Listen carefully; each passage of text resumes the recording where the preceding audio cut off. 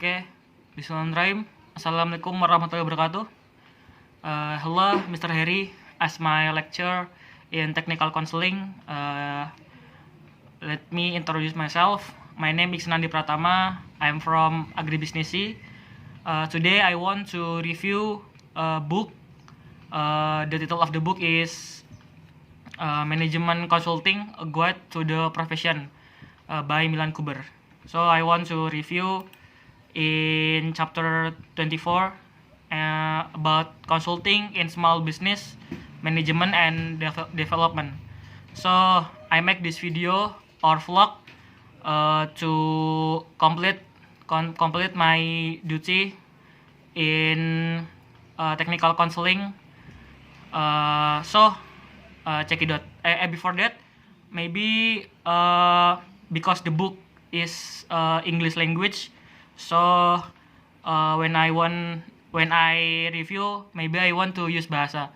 So before I make a review and make synopsis, I translated all of them, especially in chapter 24. I translate from English to bahasa. Oke, let's go. Oke, langsung saja. Jadi saya akan mereview buku dari Milan Kuber ini. Yang pertama, awalannya ya, pembukaannya ini saya sangat suka ya dengan buku ini, karena Milan Kuber memaparkan dari hal-hal yang umum ke khusus. Jadi ini sangat lengkap di dalam buku ini. Dan di sini juga banyak chapter, dan di tugas ini saya mendapat chapter yang berjudul berkonsultasi dalam bisnis kecil, manajemen dan pengembangannya. Jadi di awalan bab ini menjelaskan bahwa penggunaan konsultan di perusahaan kecil itu sekarang jadi tren bisnis. Kenapa? Karena banyak perusahaan-perusahaan kecil yang ingin memulai bisnisnya dan mereka membutuhkan jasa konsultan gitu loh. Di sini konsultan sangat berperan penting, karena di setiap pertumbuhan perusahaan-perusahaan kecil tersebut, pemilik perusahaan itu harus siap dengan tantangan-tantangan baru gitu loh. Jadi setiap bisnisnya berkembang terus, itu selalu ada peran-peran dari konsultan yang dibutuhkan gitu loh. Jadi di sini perannya sangat penting seorang konsultan. Jadi di awalan ini tentang dalam bisnis kecil ini, peran konsultasi sangat penting, karena mereka harus menemani seorang perusahaan kecil yang baru berdiri hingga nanti ke proses-proses selanjutnya. Karena banyak tahap-tahap yang harus dilewati oleh perusahaan tersebut, maka seorang konsultan harus berperan lebih di sini, seperti itu. Mungkin kita akan lanjut ke pembahasan selanjutnya.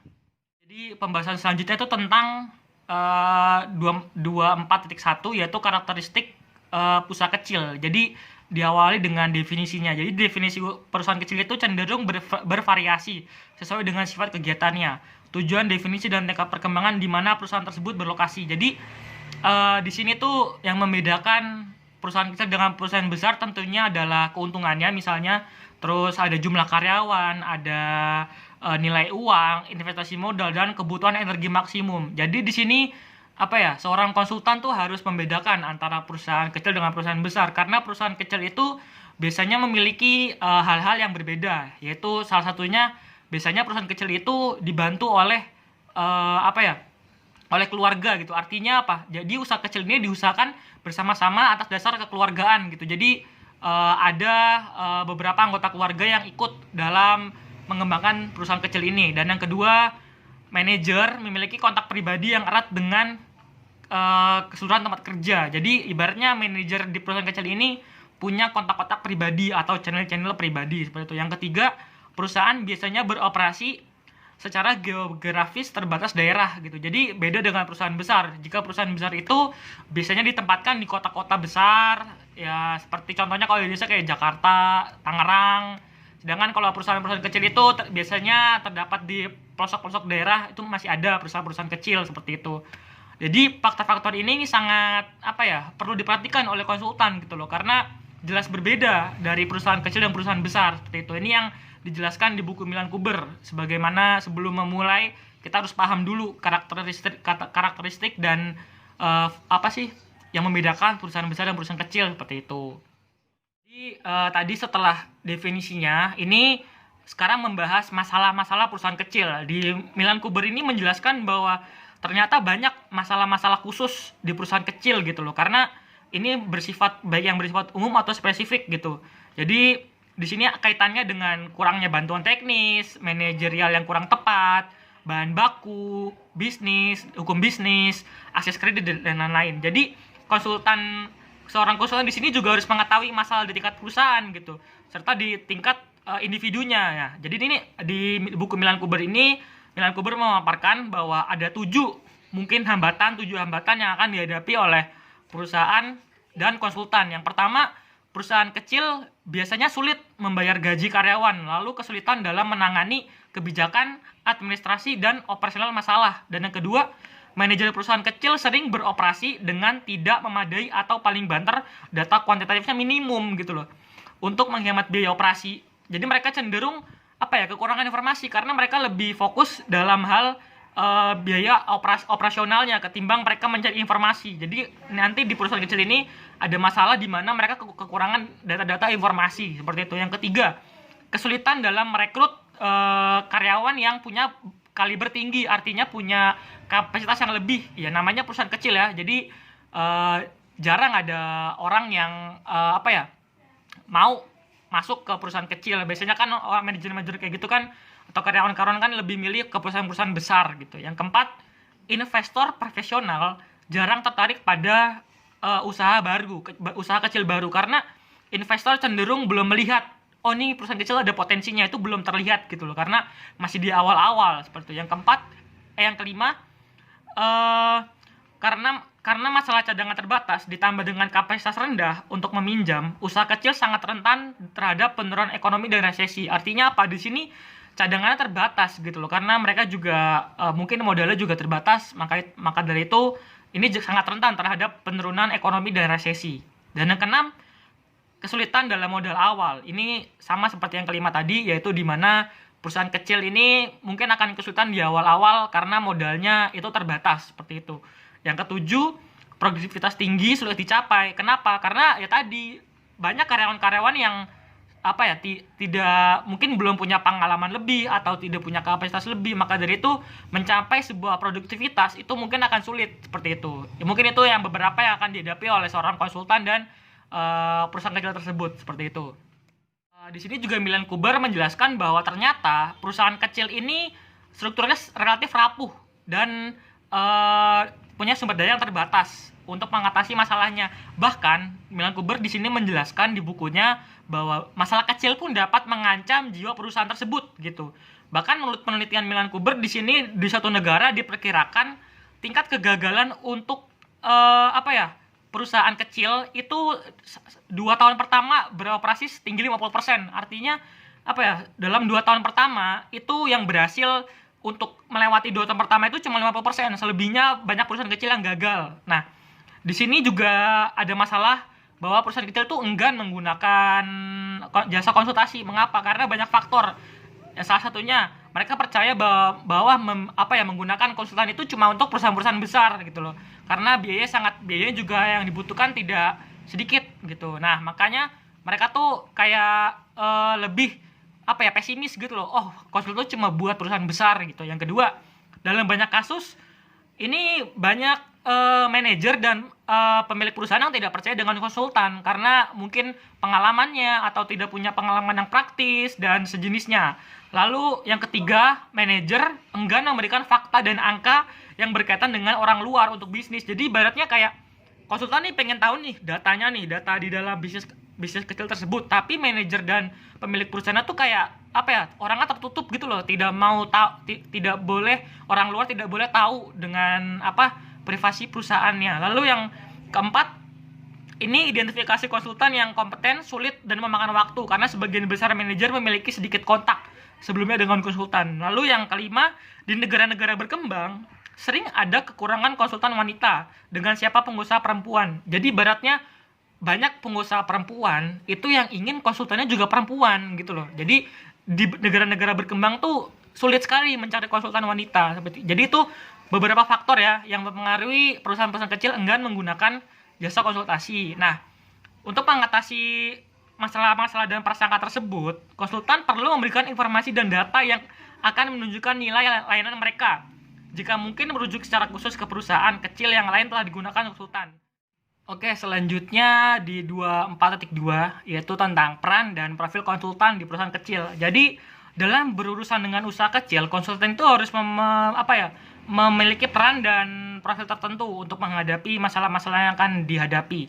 Karena ini berkaitan dengan spektrum manajemen dan generalisasi daripada spesialis gitu loh. Jadi di sini yang paling penting beberapa, yang pertama adalah seorang konsultan harus memiliki pengetahuan tentang interaksi fungsi usaha kecil gitu loh. Jadi sebelum masuk ke usaha kecil ini, seorang konsultan tuh harus tahu fungsi usaha kecil, interaksinya bagaimana, terus perubahannya bagaimana, tuh harus paham dulu gitu loh, harus tahu dulu. Yang kedua, peran konsultan diperumit oleh kenyataan bahwa konsultasi terletak pada pengembangan manajer dan orang lain yang berkontribusi untuk mengelola perusahaan. Yang ketiga, di sini biasanya saat pemilik perusahaan memutuskan untuk menggunakan konsultasi, maka manajernya akan merasa gagal. Wah, pakai konsultan nih, berarti tandanya gue gagal nih. Wah, gue kayaknya nggak bisa ngembangin. Nah, di sini peran konsultasi juga harus hati-hati. Kenapa? Karena mereka harus mengembalikan kepercayaan diri seorang manajer dalam perusahaan tersebut gitu loh. Jadi menggunakan konsultan itu di dalam perusahaan itu bukan berarti perusahaan itu jelek atau kinerja tidak baik, bukan. Tapi seperti yang dijelaskan di pelajaran Pak Heri bahwa ini juga bisa meningkatkan yang sudah baik menjadi lebih baik, seperti itu. Terus di sini juga apabila terjadi sebuah kesalahan di sebuah perusahaan tersebut, itu konsultan jangan sampai kelewat batas. Artinya mungkin bisa misalkan mau membuat kebijakan baru, mungkin bisa dengan cara membujuk. Apabila mereka kinerjanya baik, bisa dengan memuji. Dan mereka salah, gunakan teguran, dan cenderung itu akan lebih efektif dalam berkonsultasi, seperti itu. Oke, kita sampai pada 24.3 yaitu penugasan konsultasi dalam siklus hidup sebuah perusahaan. Jadi di buku Milan Kuber ini, Milan Kuber menjelaskan bahwa perusahaan itu punya siklus hidup gitu. Jadi nanti saya akan jelaskan, saya akan review siklusnya apa saja. Jadi di sini ada tugas-tugas konsultasinya, seperti itu. Jadi kalau di bab sebelumnya itu membahas tentang situasi dan masalah, maka di bab ini akan lebih konseptual dan membutuhkan sedikit pemahaman, seperti itu. Nah, di sini konsultan usaha kecil perlu berubah seiring dengan perusahaan kegiatan bisnis. Jadi kalau bisnisnya berubah, maka seorang konsultannya juga harus berubah dalam menangani masalah tersebut, seperti itu. Mereka harus mengetahui informasi dan cara mendapatkan akses masalah-masalah atau perkembangan itu gitu. Dan di sini di 24.3 ini Milan Kuber menekankan bahwa keterampilan komunikasi menjadi hal yang paling penting dalam konsultan menghadapi seorang manajer atau bisnis perusahaan di fase-fase awal gitu loh. Karena dalam komunikasi ini untuk menyambung dan menarik keluar sebuah masalah, dan jika sudah menemukan solusinya, maka konsultan harus menggunakan keterampilan komunikasi juga untuk meyakinkan manajer terhadap hal tersebut. Jadi jika ada masalah nih, seorang konsultan itu juga harus bisa berkomunikasi. Pak, Bu, masalahnya ini loh, begini. Dan setelah ada solusinya, Pak, Bu, ini loh solusinya, begini. Maka yang paling utama dalam seorang yang dimiliki konsultan yang pertama adalah cara berkomunikasinya gitu loh. Mereka harus terampil untuk meyakinkan pihak perusahaan, seperti itu. Lalu konsultan juga harus siap memenuhi semua kebutuhan saat perusahaan menggunakan jasa konsultasi, karena ini mungkin konsultan dianggap oleh perusahaan itu sebagai toko serba ada, yang artinya wah santai lah, konsultan pasti bisa semua gitu loh. Jadi ini yang harus dihadapi oleh konsultan. Jadi di sini akan dijelaskan akan saya review dari Milan Kuber tahapan yang menggambarkan berbagai masalah yang dihadapi oleh konsultan ketika berurusan dengan seorang manajer yang perusahaannya melewati siklus hidup perusahaan, seperti itu. Mungkin nanti akan saya paparkan satu persatu, seperti itu. Di sini ada 4 siklus siklus kehidupan perusahaan, yaitu ada tahap pertama, yaitu adalah awal sekali, di mana di sini Milan Kuber menjelaskan bahwa bukti biografis menunjukkan bahwa pemilik usaha kecil yang berhasil dan manajer pada umumnya memiliki kualitas tertentu gitu loh. Jadi di awal-awal ini biasanya saat seseorang memulai itu biasanya itu kalau manajernya udah bagus, itu nanti kedepannya akan bagus gitu loh. Jadi orang-orang yang sukses itu memiliki kualitas tertentu, jadi nggak sembarangan seperti itu. Di sini Milan Kuber juga menjelaskan bahwa dukungan keluarga itu juga dapat diperhitungkan gitu loh. Jadi di awal-awal ini, tahap pertama yaitu awal sekali, dukungan keluarga itu sangat-sangat berperan penting gitu loh. Apabila sekeluarga itu mendukung jalannya usaha tersebut, dan seorang pemilik perusahaan dan manajernya itu bisa ibaratnya semangat lah, menambah energi positif dari keluarga, itu sangat berperan penting gitu loh. Terus karakteristik utamanya adalah bahwa pengusaha sukses secara mental dan secara fisik sangat aktif.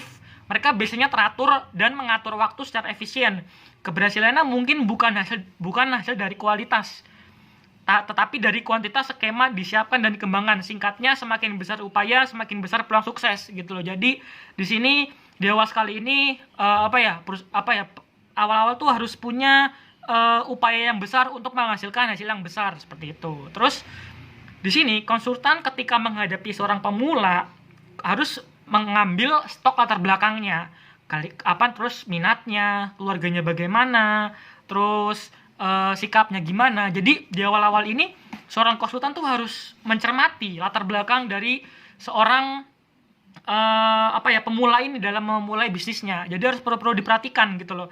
Jadi ini untuk berkaitan dengan proyek gitu. Jadi kalau misalkan membuat proyek itu harus diperiksa dengan cermat, dengan memperhitungkan kekuatan dan kelemahan yang bisa ditemukan di perusahaan kecil tersebut, dan kekuatan serta kelemahan pengusaha individu. Jadi di sini konsultan harus benar-benar cermat di awal-awal ini. Jadi melihat ini kayaknya orangnya begini nih, begini. Oh, berarti harus begini. Nah, jadi seperti itu yang dibutuhkan di tahap awal-awal ini. Jadi itu tadi siklusnya seperti itu, dan konsultannya harus bagaimana gitu. Lalu masuk ke tahap kedua, yaitu tahap memulai. Di sini manajer perusahaan kecil yang baik biasanya dapat menghasilkan banyak ide yang cepat. Nah, jadi karena biasanya idenya banyak, itu kadang-kadang nggak teratur. Nah, di sini peran konsultan harus menurut Milan Kuber harus penting gitu. Jadi harus mengelola mana ide-ide yang bisa diperhitungkan untuk memulai sebuah bisnis gitu loh. Dan di sini harus mendorong dan membantu klien untuk mendapatkan dan mencatat data kuantitatif yang relevan dengan ide tersebut. Jadi nggak sembarangan tadi yang seperti saya bilang, karena ada dua alasan.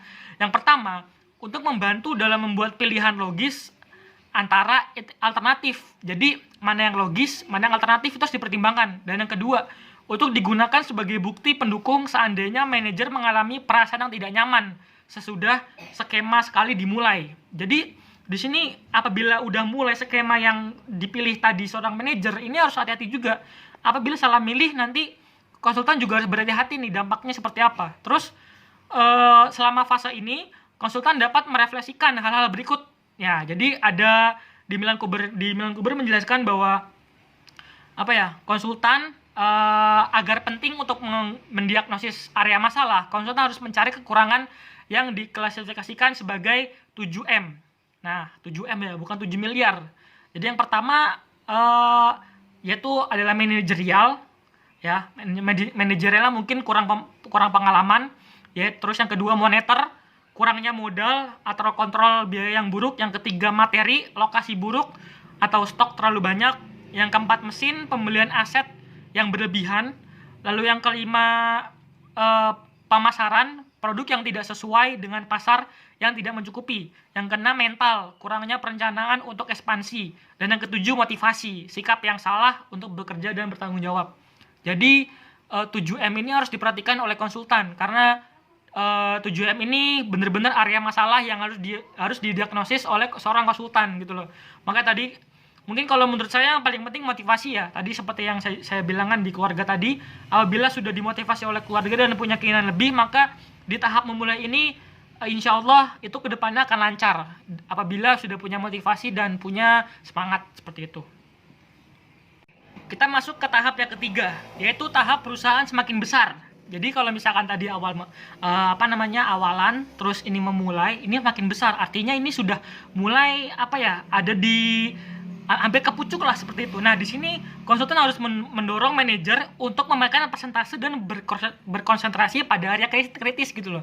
Jadi di sini tuh saat perusahaan sudah makin besar, konsultan tuh harus mendorong manajernya untuk kritis dan memainkan persentase, misalkan persentase penjualan, produksi, segala macam tuh harus dilihat untuk nanti bisa mudah ngeceknya.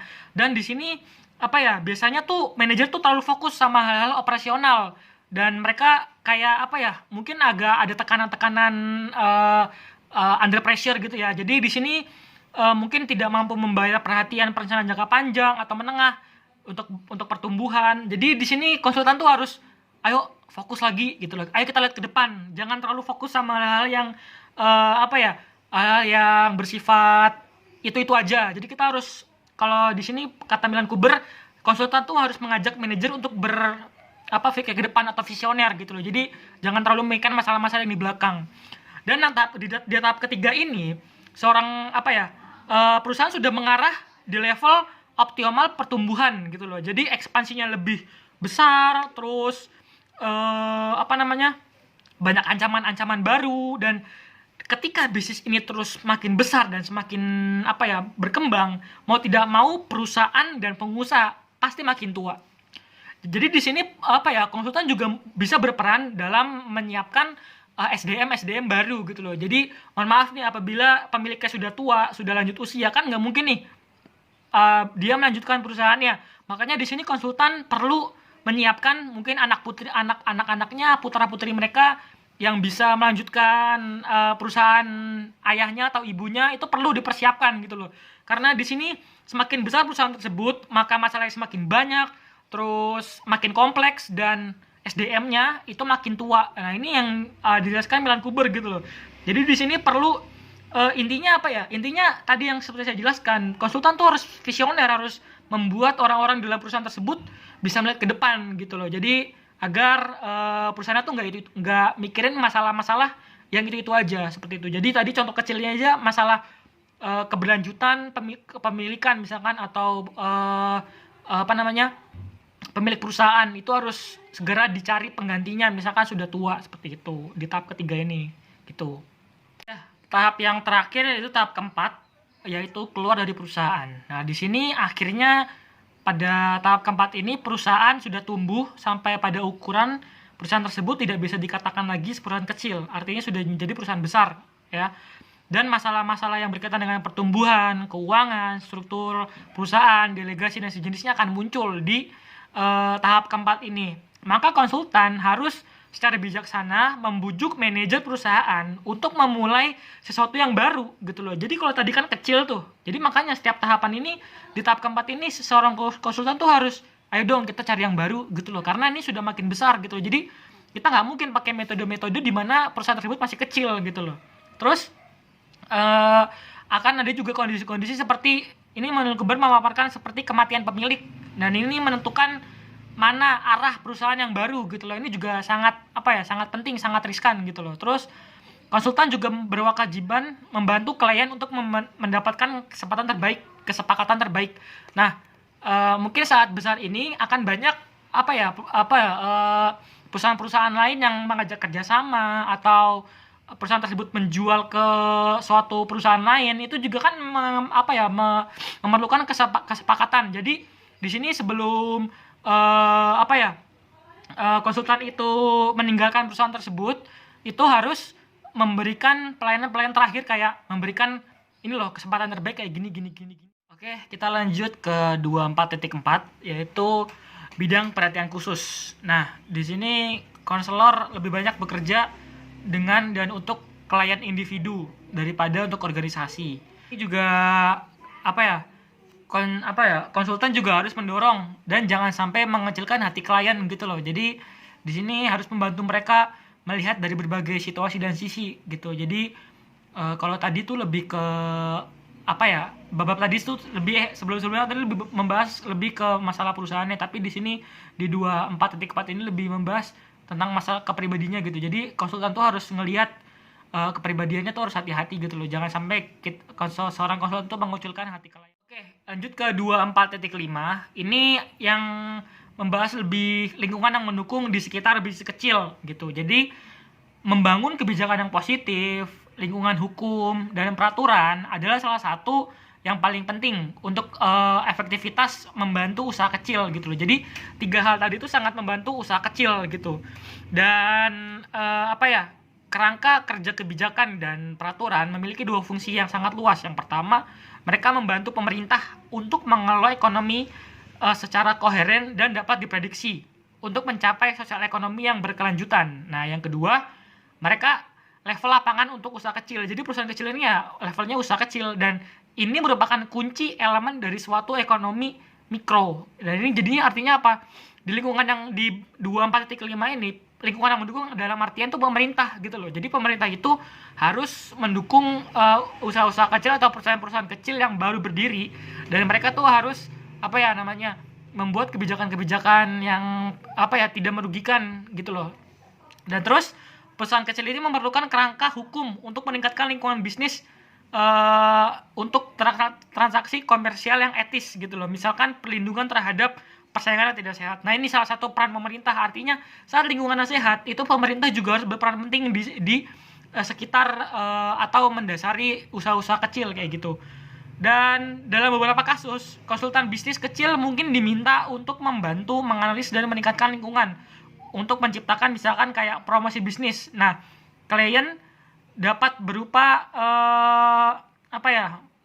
memberikan saran atau masukan terkait hal tadi ya, menciptakan dan mempromosikan bisnis tersebut gitu. Terus di sini juga konsultan perlu mengetahui tentang intuisi, kebijakan dan regulasi yang merupakan bagian dari lingkungan, karena biasanya lingkungan ini mencerminkan ekonomi secara umum dan kebijakan pembangunannya, negosiasinya, penilaiannya dan komprominya.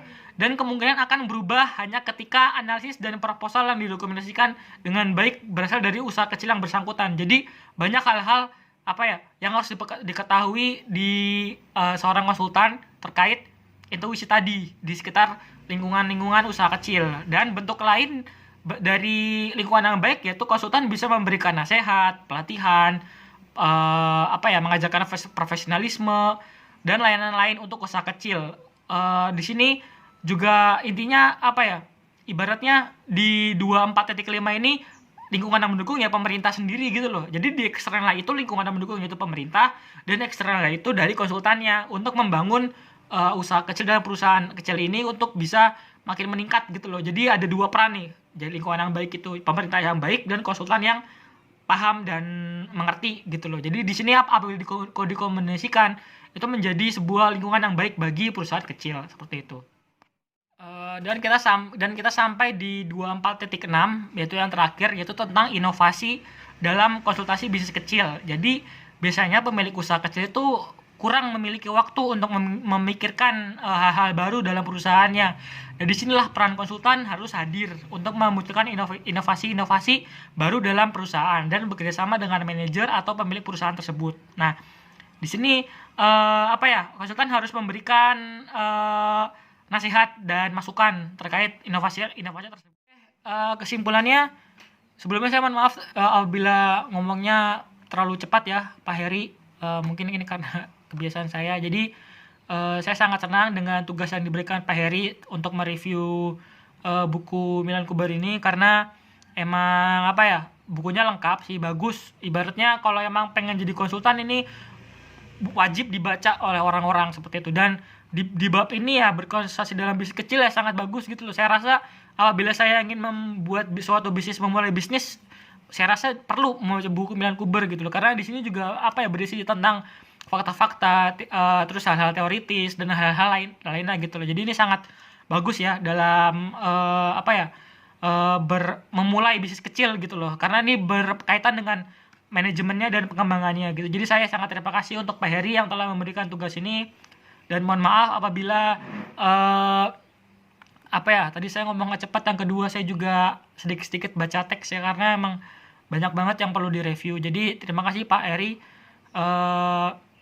Semoga ilmu yang Bapak berikan, tugas-tugas yang Bapak berikan bisa bermanfaat bagi mahasiswa-mahasiswa agribisnis ke depannya, mungkin nanti ke depan akan ada banyak calon-calon konsultan di masa depan dari bidang agribisnis yang akan membantu banyak masyarakat di luar sana, seperti itu. Jadi sekali lagi saya sangat merekomendasikan buku ini karena ini bagus banget, dan mungkin saya juga merekomendasikan Pak Heri untuk kedepannya mungkin bisa sering-sering Pak untuk memberikan tugas review buku. Karena menurut saya emang sekarang Indonesia ini kurang